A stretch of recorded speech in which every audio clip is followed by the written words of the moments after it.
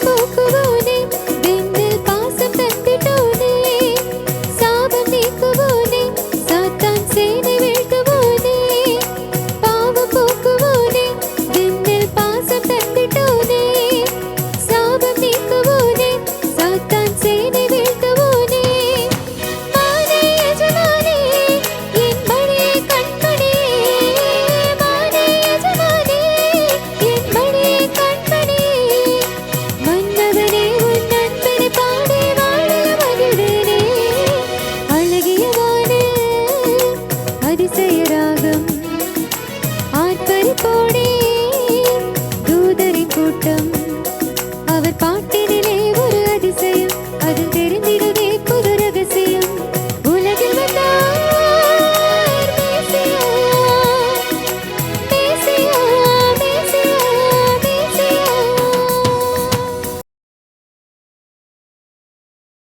ஆண்டவராய் இயேசு கிறிஸ்துவின் விலையேறப்பெற்ற நாமத்திலே நேயர்கள் அனைவருக்கும் அன்பின் நல்வாழ்த்துக்கள் கூறி உங்களை ஆசீர்வதிக்கிறோம். தேவனுடைய கிருபையின் சமாதானம் உங்களோடு கூட இருப்பதாக.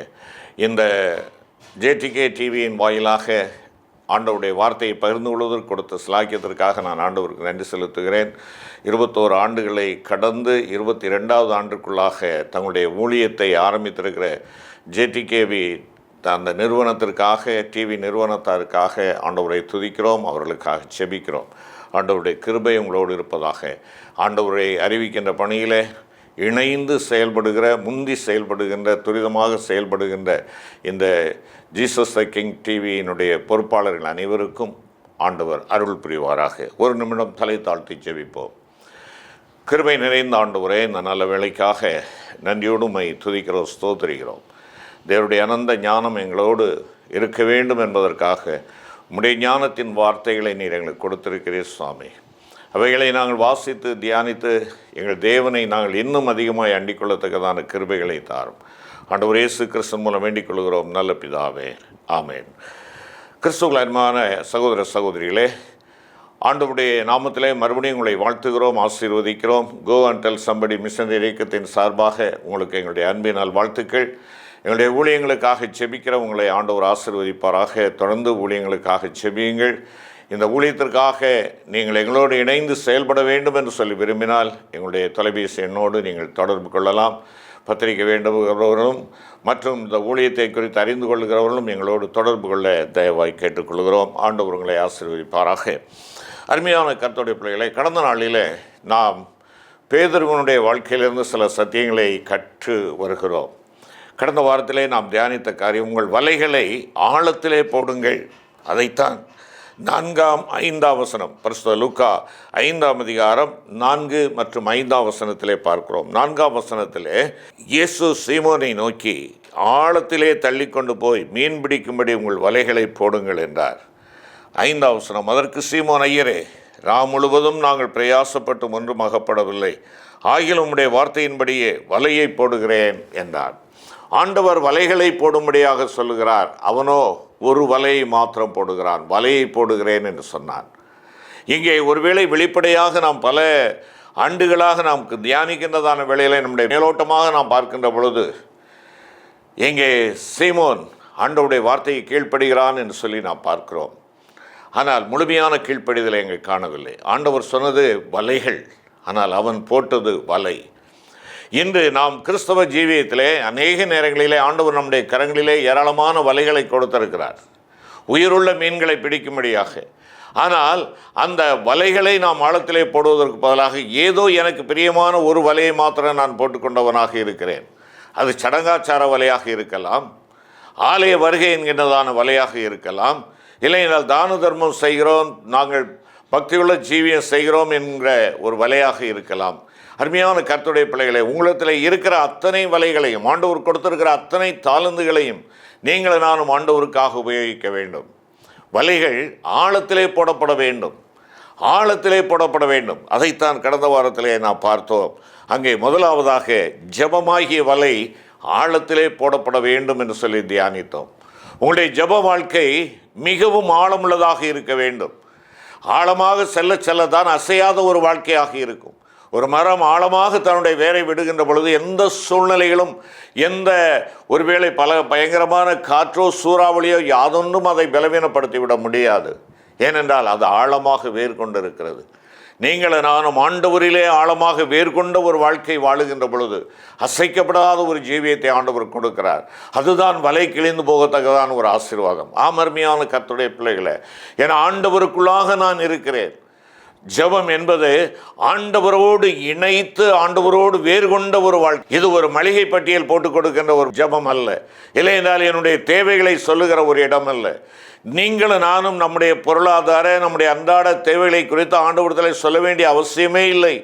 ஒவ்வொரு நாளை குறித்ததான சிந்தனையோடு ஆண்டவர் இருக்கிறார். உங்களுக்கும் எனக்கும் தம்முடைய பிள்ளைகளுக்கு வேண்டியவர்களை செய்ய வேண்டும் என்று சொல்லி. ஆனால் ஆண்டவருடைய சமூகத்தில் காத்திருக்கிறோமே, ஆண்டவருடைய பிரசன்னத்திற்குள்ளாக இருக்கிறோமே, அவர் சொல்வதை நான் கேட்கவும் நான் பேசுவதை அவர் கேட்கவுமாக, அப்படிப்பட்ட அந்த ஒரு ஜெபநிலை என் ஆண்டவரோடு ஒன்றித்திருக்கின்ற ஒரு காரியம். ஆம், அது எதற்காக? ஆண்டவரே, உம்முடைய பலத்தை தாரும், உம்முடைய சத்துவத்தை தாரும். அழிந்து கொண்டிருக்கிற ஆத்துமாக்களினுடைய விலை மதிக்கப்படியாத அந்த ஆத்துமாக்கள் உம்மண்டையிலே வந்து சேர்வதற்காக ஜெபிக்கின்றோமா? உபத்திரவப்படுகிற கிறிஸ்தவர்களுக்காக, வேதனையை தாங்கிக் கொண்டிருக்கிற ஊழியர்களுக்காக, ஒருவேளை இன்னும் தங்களுடைய பாவங்களிலே உழன்று கொண்டிருக்கிற மக்களுக்காக என் ஆண்டவருடைய பாதத்திலே ஜெபிக்கிறேனா? ஜெபிக்கிற அருமையான கர்த்தருடைய பிள்ளையே, நீங்கள் ஜெபிக்கவில்லை என்று யாரும் சொல்லவில்லை. எல்லாரும் ஜெபிக்கிறோம். ஆகாரத்திற்கு முன்பாக உட்கார்ந்து ஜெபிக்கிறோம். நம்முடைய வேலைகளை ஆரம்பிக்கிறதுக்கு முன்பாக ஜெபிக்கிறோம். ஆனால் இவைகளை தாண்டி என்னுடைய ஜெபம் என் திருச்சபையிலே ரட்சிக்கப்படாத மக்களுக்காக, நான் சந்திக்கிற ரட்சிக்கப்படாத மக்களுக்காக, நான் ஆண்டவருடைய வார்த்தையை பகிர்ந்து கொண்ட ரட்சிக்கப்படாத மக்களுக்காக நான் ஜெபிக்கிறேனா? என் ஜெபம் ஆழமாக இருக்கிறதா? நான் கற்ப வேதனையுள்ள ஒரு ஜெபம் செய்ய வேண்டும். விழா ஒடுங்கி விழா எலும்புகள் நொறுங்கத்தக்கதான விதத்திலே நான் ஜெபிக்க வேண்டும். பாரம், ஆத்தும பாரம். உங்கள் வலைகளை ஆழத்திலே போடுங்கள். உங்களுடைய ஜெபமாகிய வலை ஆழத்திலே போடப்படட்டும். அடுத்த ஒரு காரியத்தை பார்த்தோம். உங்களுடைய விசுவாசமாகிய வலை ஆழத்திலே போடப்பட வேண்டும் என்று சொல்லி பார்த்தோம். ஆம், ஆபிரகாமுடைய விசுவாசத்தை நாம் தியானித்தோம். ஆண்டவர் கொடுத்த அந்த ஏக சுதனை ஆண்டவர் பலி கேட்கின்ற பொழுது அவன் படைப்பதற்காக 3 நாள் பயணப்பட்டு அவன் சென்று அங்கே பலியிடும்படியாக செல்லுகிறான். ஒரு விசுவாசம், ஆழமான ஒரு விசுவாசம், அற்புதமான ஒரு விசுவாசம், கரை காண முடியாத ஒரு ஆழமான ஒரு விசுவாசம். அருமையான கர்த்தருடைய பிள்ளை, என் ஆண்டவர் கொடுத்தார், அவர் கேட்கிறார், அவர் வாக்குத்தத்தம் கொடுத்தார், உன் சந்ததியை நான் திரளாய் பெருக பண்ணுவேன் என்று சொல்லி. ஆகையினாலே என் மகன் மரணமடைந்தாலும் சாம்பலாக்கப்பட்டாலும் அந்த சாம்பலிலிருந்து எனக்கு ஒரு சந்ததியை உண்டாக்குவார். ஆழமான விசுவாசம். அருமையான சகோதரா சகோதரி, நம்முடைய விசுவாசம் அலசடிப்பட்டதாக இருக்கிறதா? மேலோட்டமாக இருக்கிறதா? ஆழத்திலே வேறு கொண்ட ஒரு வாழ்க்கையாக விசுவாச வாழ்க்கை ஆழமாக இருக்கிறதா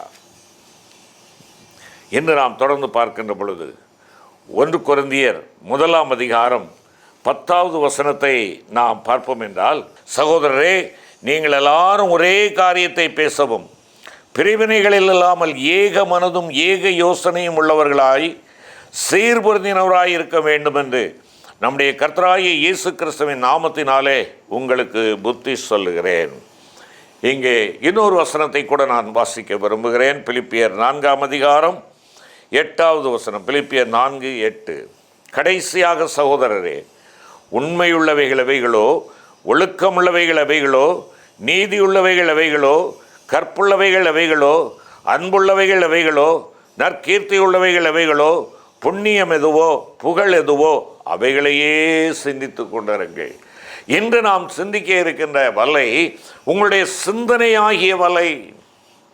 உங்களுடைய சிந்தனையாகிய வலை ஆழமாய் போடப்படட்டும். என்னுடைய சிந்தனை எப்படிப்பட்டதாக இருக்கிறது? எல்லா புத்திக்கும் மேலான தேவ சமாதானத்தினாலே நிறைந்த ஒரு சிந்தனையாக இருக்கிறதா? பவுல் சொல்லுகின்ற பொழுது, கிறிஸ்து இயேசுவிலிருந்து சிந்தையே உங்களிலும் இருக்க கடவுது என்று சொல்லுகிறார். என்னுடைய சிந்தை தேவனுடைய சிந்தைக்கு இசைந்ததாக இருக்கிறதா? நாம் பிரிவினை இல்லாமல் ஏக மனதுடையவர்களாக சக விசுவாசிகளோடு ஐக்கியமுடையவர்களான அந்த ஐக்கியத்தின் சிந்தனையின் இடத்திலே காணப்படுகிறதா? ஆண்டவர் இந்த உலகத்தில் வந்தவனுடைய நோக்கம் அனைவரும் ஐக்கியமாக இருக்க வேண்டும் என்பதற்காக ஒன்றாக்கும்படியாக வந்தார். சீடர்களுக்காக ஜெபிக்கிறார். அனைவரும் ஒன்றாக இருக்க வேண்டும் என்று சொல்லி ஜெபிக்கிறார். தேவ பிள்ளையே, உங்களுடைய சிந்தனை எப்படிப்பட்டதாக இருக்கிறது? ஏக மனம். வேறுபாட்டின் மனமுடையவனாக நான் இருக்கிறேனோ, வேறுபட்ட சிந்தனையுடையவனாக இருக்கிறேனோ, ஒருவேளை யாரையும் ஏற்றுக்கொள்ள மனதற்ற ஒரு சிந்தனையுடையவனாக நான் இருக்கிறேனோ, யாருக்கும் உதவி செய்ய மனமற்ற ஒரு புத்தி உள்ளவனாக, அப்படிப்பட்ட ஒரு சிந்தை உள்ளவனாக நான் இருக்கிறேனோ, பழிவாங்கும் எண்ணத்தோடு கூட காலங்களை எதிர்நோக்கி இருக்கிறவனாக நான் இருக்கிறேனோ? தெய்வ பிள்ளையை யோசித்துப்பார். உங்களுடைய த நெட் ஆஃப் மைண்ட், உங்களுடைய எண்ணம் அல்லது சிந்தனை அல்லது புத்தி ஆழமாக இருக்கட்டும், தேவனுக்கு உகந்ததாக இருக்கட்டும், ஆழத்திலே போடப்பட வேண்டும். அந்த ஆழம் என்று சொல்லுகின்ற பொழுது, நான் இந்த ஒருமைப்பாட்டிற்காக தியாகம் பண்ண வேண்டிய காரியங்களை நான் தியாகம் பண்ண வேண்டும், விட்டுக் கொடுக்க வேண்டியவைகளை விட்டுக் கொடுக்க வேண்டும். உண்மையான கர்த்தருடைய பிள்ளைகளே, திருமண்டல தேர்தல்கள் வருகிறது. பல சேசை சபைகளில் விட்டு கொடுக்கிறவர்களாக இருக்கிறோமா? நம்முடைய மனதும் சிந்தனையும் ஆண்டவருக்கு உகந்ததாக இருக்கிறதா? கிறிஸ்து இயேசுவில் இருந்த சிந்தை இருக்கிறதா? என்னுடைய சபையிலே நான் விட்டு கொடுக்கிறேன், இந்த முறை அவர் வரட்டும், அடுத்த முறை நான் வருகிறேன். ஒருவேளை தேர்தல் இல்லாத தெரிந்து கொள்ளுதல் காணப்படுகிறதா? ஐக்கியம் எங்கே? அமைதி எங்கே? சமாதானம் எங்கே?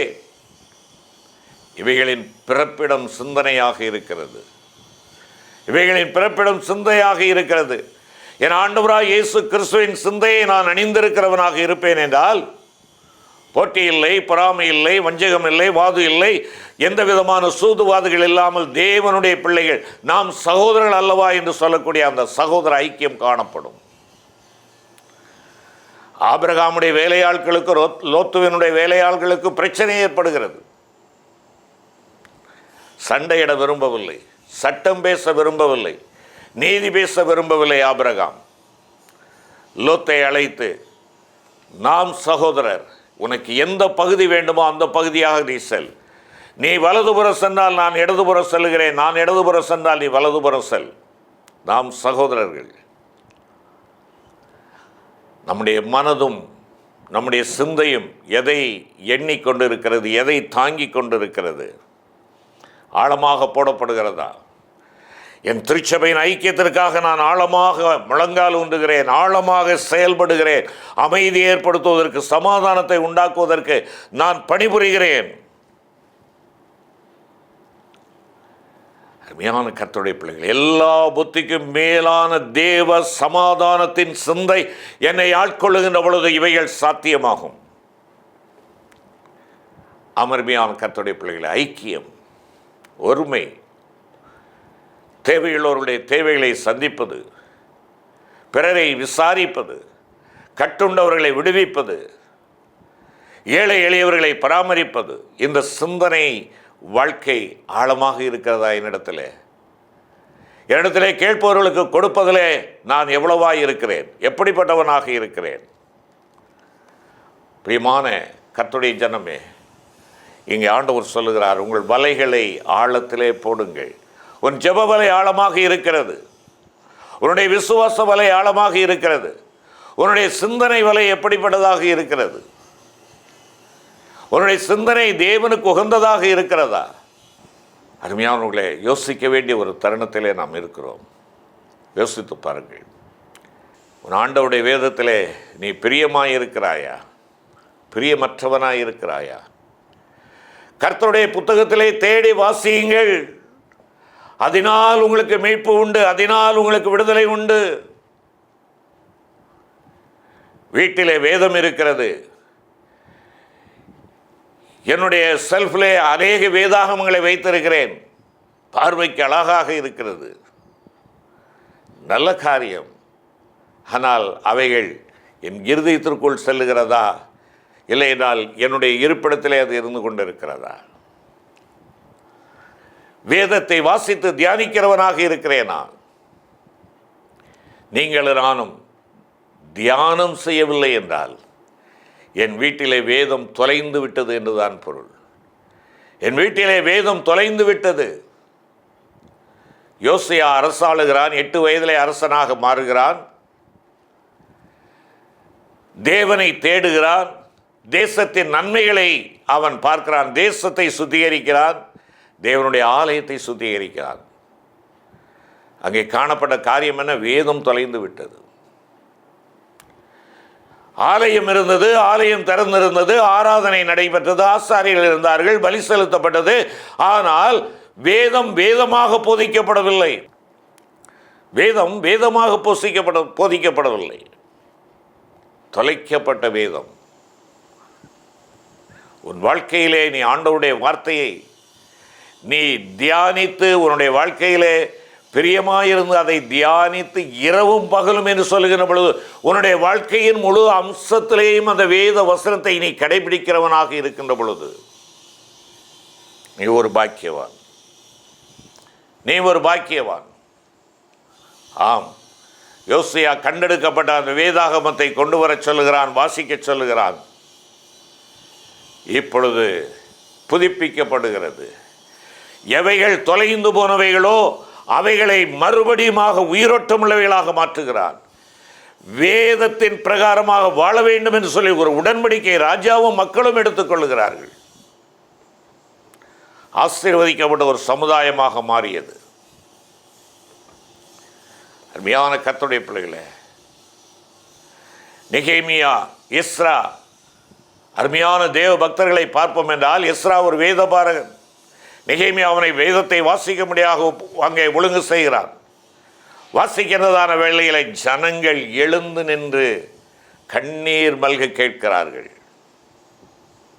அருமையான கர்த்தருடைய பிள்ளைகளே, ஒரு ஜாமம் முழுவதும் வேதம் வாசிக்கப்பட்டது. மற்றொரு ஜாமம் முழுவதும் மனஸ்தாபப்பட்டார்கள். யோசித்து பாருங்கள், ஒரு ஜாமம் என்பது 3 மணி நேரம். தேவனுடைய வார்த்தை நம்மோடு கூட இடைவிடும்படி மட்டுமாக நாம் ஆண்டவருடைய பாதத்திலே அமர்ந்திருக்க வேண்டும். என் ஆண்டவருடைய சமூகத்திலே தியானம் என்று சொல்கின்ற பொழுது 4 வார்த்தைகளை அல்லது ஒரு வாக்குத்தத்த வசனத்தை வாசித்து இன்றைக்கு ஆண்டவர் இந்த வசனத்தை கொடுத்திருக்கிறார் என்று சொல்லி நாம் ஜெய கம்பீரத்தோடு போவதல்ல. ஆண்டவரே, என்னை எனக்கு காட்டும், உம்மிலே நான் இன்னும் பலன் கொள்ள கிருபை தாரும், உமக்காக சாட்சியா ஜீவிக்க என்னை பலப்படுத்தும். ஆண்டவருடைய சமூகத்திலே காத்திருந்து என்னிலே காணப்படுகிற அசுசிகள் நீக்கப்பட, அந்த நாளின் என்னுடைய பணிகளை செய்வதற்கு ஆண்டவருடைய பரிசுத்தமும் ஆண்டவருடைய வல்லமையும் எனக்கு வெளிப்பட அவருடைய வார்த்தையை தியானிப்பது தான் தியானம். உங்களுடைய வேத வசன வாசிப்பு அது வாசிப்பாக அல்ல, அது தியானமாக இருக்கட்டும். உங்களுடைய தியானமாகிய வலையை ஆழத்திலே போடுங்கள். ஆழத்திலே போடப்படுகின்ற பொழுது என்னை என் ஆண்டவர் உணர்த்தி காட்டுவார். ஏசாயா ஆண்டவருடைய ஆலய பிரகாரத்திற்கு சென்றார். அங்கே ஆண்டவருடைய சமூகத்தை காண சென்ற பொழுது ஆண்டவர் அவனுக்கு தன்னை வெளிப்படுத்தினார். தன்னுடைய சீர்கேடான நிலைமையை பார்க்கிறார். தேவனுடைய பரிசுத்தத்தை பார்க்கிறார். ஆண்டவரே என்று சொல்லுகிறான். இந்த ஆண்டவரே என்று சொல்லுகின்ற வார்த்தை, நீர் என்னை ஆண்டு கொள்ளும்படியாக என்னை உமக்கு அர்ப்பணிக்கிறேன். இனி நான் என்னுடைய சுய சித்தத்தை உம்முடைய சித்தத்தின்படியே நடப்பேன். ஆண்டவரை தரிசித்தவன் ஆண்டவருக்கு கீழ்ப்படுகிறான், ஆண்டவருடைய தேவைகளை சந்திக்கிறான்.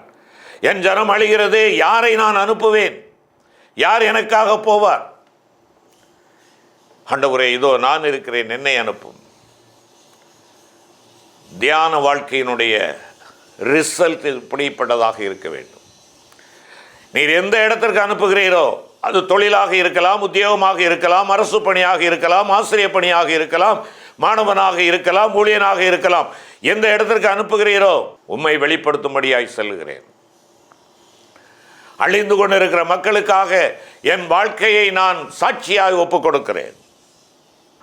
சுத்திகரிக்கப்பட்ட நீ சுத்திகரிப்பின் பணியிலே உனக்கு உத்தரவாதம் உண்டு என்பதை மறந்து போகாதே. பவுல் அப்போஸ்தலனை ஆண்டவர் சந்திக்கிறார். சந்தித்த பொழுது அவன் கேட்கின்ற கேள்வி, ஆண்டவரே, நான் என்ன செய்ய சித்தமாக இருக்கிறேன்? ஆண்டவரை சந்தித்த பிள்ளைகள், ஆண்டவருடைய வார்த்தையினாலே சந்திக்கப்படுகிற பிள்ளைகள் ஆண்டவரிடத்திலே கேட்கின்ற கேள்வி, ஆண்டவரே, நான் என்ன செய்ய சித்தமாக இருக்கிறேன்? என்னுடைய சித்தம் அல்ல, உம்முடைய சித்தத்தை சொல்லும், வெளிப்படுத்தும். உங்களுடைய தியானமாகிய வலை ஆழத்திலே போடப்படட்டும். நிறைவாக உங்களுடைய சாட்சியின் வலை ஆழமாய் போடப்படட்டும். உங்களுடைய சாட்சியின் வலை ஆழமாய் போடப்படட்டும். ஏன்? என்னுடைய சாட்சியின் ஜீவியம் எப்படி இருக்க வேண்டும் என்று ஆண்டவர் சொல்கிறார். மனுஷர் உங்கள் நற்கிரியைகளை கண்டு பரலோகத்தில் இருக்கிற உங்கள் பிதாவை மகிமைப்படுத்தும்படி உங்கள் வெளிச்சம் அவர்களுக்கு முன்பாக பிரகாசிக்க கடவுது. நீங்கள் மக்களுக்கு முன்பாக, மனுஷர்களுக்கு முன்பாக பிரகாசிக்க வேண்டியவர்கள். விளக்காக இருக்கிற நீங்கள் விளக்காக அல்ல, வெளிச்சத்தை கொடுக்கக்கூடிய, பிரகாசிக்கக்கூடிய விளக்காக இருக்க வேண்டும். விளக்கு இருக்கலாம், அதில் திரி இருக்கிறதா, அதில் எண்ணெய் ஊற்றப்பட்டிருக்கிறதா, அது எரிந்து கொண்டிருக்கிறதா என்பது மிக அவசியம். ஆகையினாலே நான் வெளிச்சம் கொடுக்கும்படியாக என்னுடைய மனுஷர் முன்பாக நான் என் ஆண்டவரை பிரதிபலிக்கிறவனாக இருக்க வேண்டும். என்னை காண்பவர்கள் என் தேவனுடைய சாயலை காண வேண்டும். மார்க் 5ஆம் அதிகாரத்தில் அதைத்தான் பார்க்கிறோம். எல்லாரையும் கலங்கடித்துக் கொண்டிருந்த லேகியோன் இன்று மக்களுக்கு பயமில்லாத ஒரு வாழ்க்கையை கொடுக்குகிற ஒரு மகனாக அவன் காணப்படுகிறான். அவனுடைய பழைய வாழ்க்கையை கண்டு பயந்தவர்கள் இப்பொழுது அவன் ஆண்டவருடைய பாதத்தில் உட்கார்ந்திருக்கிறதை பார்த்து பயத்தோடு வருகிறார்கள். ஆண்டவரை சந்தித்த பிள்ளையே, உன்னுடைய சாட்சி ஆண்டவருடைய பாதத்தில் உட்காரக்கூடியதாக இருக்கிறதா? ஆண்டவருடைய பாதத்திலே நீ அமர்ந்திருக்கிறாயா? அதில் விசேஷமான காரியம் என்ன? அவன் வஸ்திரம் தரித்து புத்தி தெளிந்தவனாயிருந்தான். வஸ்திரம் தரிக்கப்பட்ட ஒரு வாழ்க்கை. நீ ரட்சிக்கப்பட்ட பிள்ளை. ரட்சிப்பின் வஸ்திரம், நீதியின் சால்வை உன்னிடத்தில் காணப்பட வேண்டும். புத்தி தெளிந்த ஒரு வாழ்க்கை, ஆண்டவரை சந்திக்க மட்டுமாக புத்தியீனமான ஒரு வாழ்க்கை, கலங்கடிக்கிற ஒரு வாழ்க்கை, கர்ஷித்து கூப்பாடு போடுகின்ற ஒரு வாழ்க்கை, கட்டுப்பாடற்ற ஒரு வாழ்க்கை. ஆனால் இன்றோ தேவனுக்கு உகந்த ஒரு வாழ்க்கை, புத்தி தெளிந்த ஒரு வாழ்க்கை, அமைதியான வாழ்க்கை, ஆண்டவரின் பாதத்திலே அமர்ந்து அவருடைய வார்த்தைகளை கேட்கின்ற ஒரு வாழ்க்கை. வஸ்திரம் தரித்திருக்கிறோமா? இந்த வஸ்திரம் என்று சொல்லுகின்ற பொழுது இன்று உலக பிரகாரமாக நாம் அணிகிற வஸ்திரத்தை கூட நாம் சற்று தற்பரிசோதனை செய்து பார்க்க அழைக்கப்படுகிறோம். என் வஸ்திரம், நான் அணிகிற வஸ்திரம், என்னுடைய ஆடைகள், என்னுடைய உடுப்புகள் என் தேவனுக்கு உகந்ததாக, தேவனை பிரியப்படுத்தக்கூடியதாக இருக்கிறதா? அங்குமெங்குமாக கிழித்து போட்டுக்கொண்டிருப்பேன் என்றால் புத்தி தெளிவில்லாத ஒரு வாழ்க்கை, புத்தி தெளிந்த ஒரு வாழ்க்கை. அவனுக்கு யார் வஸ்திரம் கொடுத்திருப்பாங்க? என் ஆண்டவர் தம்முடைய மேலாடையை கொடுத்திருக்கிறார். இன்றைக்கு நம்முடைய ஆடைகளை கிழித்து கொண்டு நாம் என்ன செய்கிறோம்? இதுதான் இப்பொழுது ஃபேஷன் என்று சொல்லுகிறோம். அருமையான கர்த்தருடைய பிள்ளைகளே, உங்களுடைய சாட்சி மனுஷர் உங்கள் நற்கிரியைகளை கண்டு பரலோகத்தில் இருக்கிற உங்கள் பிதாவை மகிமைப்படுத்தும்படியாக என் வார்த்தை, என் வாழ்க்கை, என் உடைநடைகள், என்னுடைய ஆடை அணிவிப்புகள் தேவனை பிரியப்படுத்தும்படியாக இருக்கிறதா? மனுஷர் உங்கள் நற்கிரியைகளை கண்டு பரலோகத்தில் இருக்கிற உங்கள் பிதாவை மகிமைப்படுத்தும்படி, ஆண்டவருக்கு மகிமை கொண்டு வரக்கூடியதாக இருக்கிறதா? உங்கள் வலைகளை ஆழத்திலே போடுங்கள். உங்கள் வலைகளை ஆழத்திலே போடுங்கள். வலையை அல்ல, வலைகளை, ஜபமாகிய வலை, விசுவாசமாகிய வலை, சிந்தனையாகிய வலை, தியானமாகிய வலை, என்னுடைய சாட்சியின் வலை ஆழமாய் போடப்படட்டும். நிறைய மீன்களை, ஆண்டவருக்காக உயிருள்ள மீன்களை, மனிதர்களை பிடிக்கிற அந்த மாபெரும் பணியில் ஆண்டவர் நம்மை பயன்படுத்துவார். செபிப்போம். கிருபை நிறைந்த ஆண்டவரே, உங்கள் வலைகளை ஆழத்திலே போடுங்கள் என்று சொல்லுகிறேன். நாங்கள் ஓரிரு வலைகளை போட்டுவிட்டு திருப்தி அடைந்தவர்களாக இருக்கிறோம். இல்லையப்பா, எங்களுடைய அனைத்து வலைகளையும், எங்களுடைய ஜெப வாழ்க்கை, எங்களுடைய விசுவாச பற்றுறுதி, விசுவாச வாழ்க்கை, ஆண்டவரே எங்களுடைய சிந்தனை, புத்தி உமக்கு உகந்த ஒரு வாழ்க்கை, ஆண்டவரே தியான வாழ்க்கை, எங்களுடைய சாட்சியின் ஜீவியம், இந்த சாட்சியின் ஜீவியமாகிய வலை, இவை யாவும் ஆழமாய் போடப்பட உம்முடைய பலத்தை, சத்துவத்தை வேண்டி உம்முடைய பாதத்தில் வைக்கிறோம். கிருபைதாரும் மீட்பர் இயேசு கிறிஸ்து மூலம் வேண்டிக் கொள்கிறோம் நல்ல பிதாவே. ஆமென்.